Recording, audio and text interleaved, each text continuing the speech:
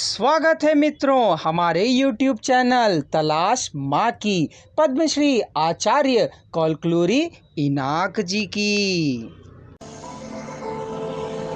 पुस्तक का अनुवाद किया है श्रीमती पारनंदी निर्मला जी ने। पुस्तक का प्रकाशन किया है गीता प्रकाशन ने। बड़े दौरा को ही उस शिशु का पालन पोषण करना है, यह बात सभी की समझ में आ गई। मांस को चीरकर उसके टुकड़े टुकड़े कर चबा चबा कर खाने वाली कुतिया ने उस शिशु की रक्षा उतनी तत्परता से की है, तो इससे यह स्पष्ट होता है कि यह भावना जंतुजात में किसी भी माँ की होती है। प्रकृति में हर माँ के सारे शरीर में प्रेम ना हो तो किसी भी शिशु को उतने प्यार से पालना संभव नहीं होता।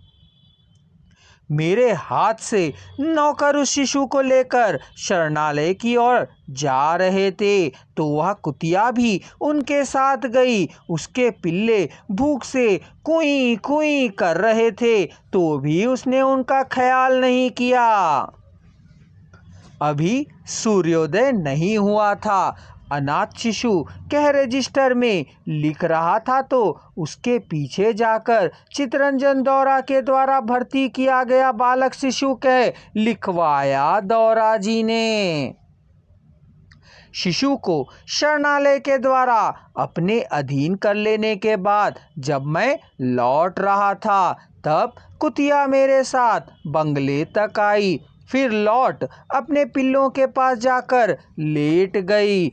पिल्ले उमड़ पड़े, जिसको जो स्तन लगा उससे दूध पीने लगे। सभी शिशुओं के लिए भगवान ने स्तनों की सृष्टि की होगी।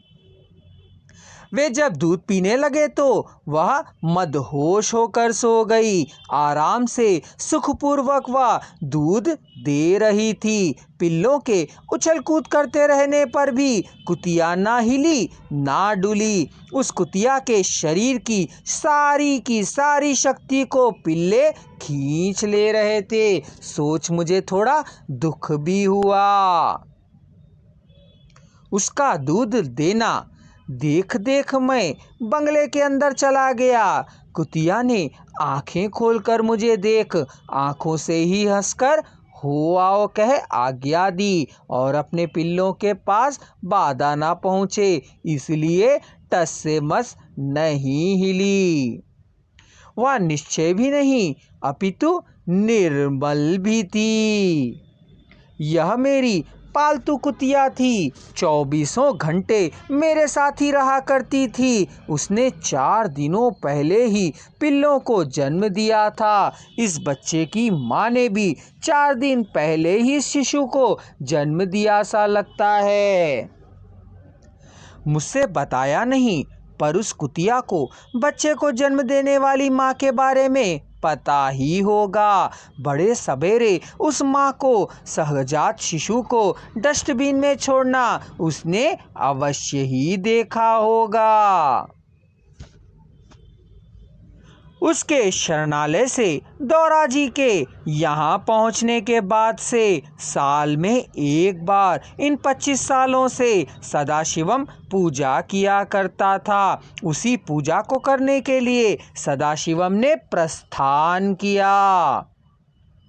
यह पूजा साल में एक बार ही सदाशिवम किया करता था। सदाशिवम मंदिर के ऊपर चढ़कर डस्टबिन में जा लेटा। बगल में ही कुतिया लेटी हुई थी। उसके स्तन से दूध बूंद बूंद कर टपक रहा था। वह दूध उसके मुंह में गिरने जैसा सदाशिवम लेटा हुआ था।